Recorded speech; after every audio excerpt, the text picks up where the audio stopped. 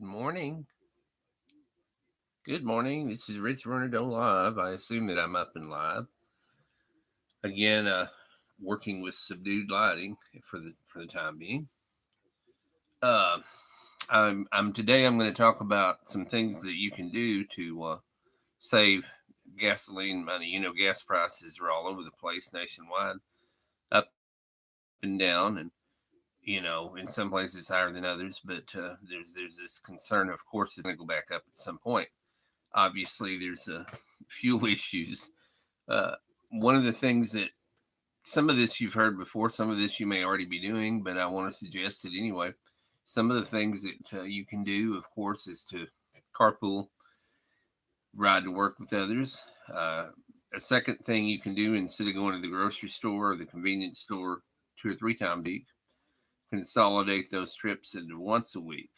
You know, make a really good, thorough, exhaustive list. And depending on what your budget is, you might even stock up, to be ready for whatever winter we're about to have and for whatever inflation may lie ahead.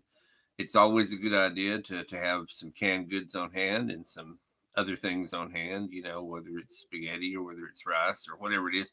Have some things on hand that in case, inflation increases, in case there's ever a supply chain problem, in case there's ever a shortage of anything, you can be prepared somewhat ahead of these things. Again, on saving gasoline, another thing in your city, if there's a bus system, you can use that occasionally. On good weather days, if you're walking distance or bicycling distance from work, that also is an option. Most Americans don't like to do that. It's just so easy to hop in the car and go anywhere, anytime. But that's the problem. That's why the gas consumption is the level that it is, and that's why we and let me give you this idea right quick. If millions of people decided to just park their car for one day, okay, on the gas prices nationwide, they'd drop a few cents because it's supply and demand. Everything is supply and demand, and as long as Americans are continuing to go wherever they want, whenever they want, regardless of what the gas prices is, well, the big fuel companies, the big oil producers, they know they can get away with this. They know that they can get away with whatever the market will bear. And until you make that decision to consume less gasoline, to make less trips, to make fewer trips, less often, and to park the vehicle, gas prices are never going to come down. That's the reality of the matter. So if you're interested in bringing gasoline prices down, millions of people need to park their vehicle for a day or two. That would instantly have an effect.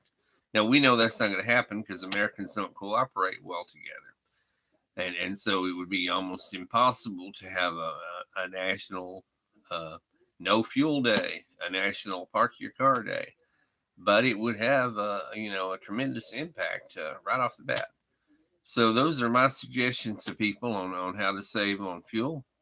And again, my recommendation that you stock up and have some food on hand. Make sure the necessities are covered in case, God forbid, there's a bad weather situation, whether it's a blizzard or a flood or an earthquake or whatever.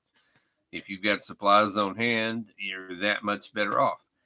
If there's a supply chain shortage and you've got uh, stuff on hand, you're that much better off than going to empty shelves. If you go to dollar store or Walmart or wherever you do your shopping, and the stuff just isn't there, well, you've got it because you bought ahead, you thought ahead. So I'm recommending that everybody be stocked up again for whatever kind of winter and for whatever economic situation lies ahead.